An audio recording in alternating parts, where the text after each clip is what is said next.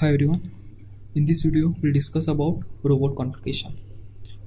So there are four robot configuration based on movements of joints and link arrangement. In that, first one is Cartesian coordinate configuration. So here I have drawn the sketch of gantry robot, or also called as rectangular robot. It is a simple configuration among all with three prismatic joints. The robot functions in rectangular workpiece by means of these three joint movements. These joints allow only in linear motions along three principal axes, that is x, y and z. So it is also called as XYZ robot. Major application of this configuration include carrying high payloads, pick and place, material handling, used in a sealing, handling for plastic molding, 3D printing, in CNC machine, used in plotter work. Now you see the advantages. This robot is high accurate and high speed. The cost is less. Simple operating procedure. Only the disadvantage is it requires large volume of space to operate. The next is cylindrical configuration. As you can see in this figure, it consists of two prismatic joints perpendicular to each other and one revolute joint mounted on rotary axis. Difference with Cartesian configuration is one prismatic joint is replaced by revolute joint. Vertical column carries arm assembly that move up and down. It also rotates about column. The cylindrical configuration is used in material handling, small assembly tasks, machine loading and unloading. Next is spherical configuration. It also called as a polar configuration. It has one prismatic joint and two revolute joint. First rotary movement occurs about a vertical base axis, while second rotary movement is of pure point about horizontal axis. Prismatic joint moves wrist rapidly in and out.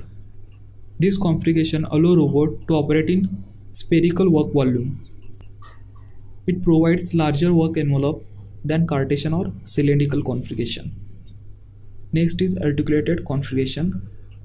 It consists of three revolute joints and one prismatic joint. When arm rotates about all three major axes, result configuration is articulated configuration.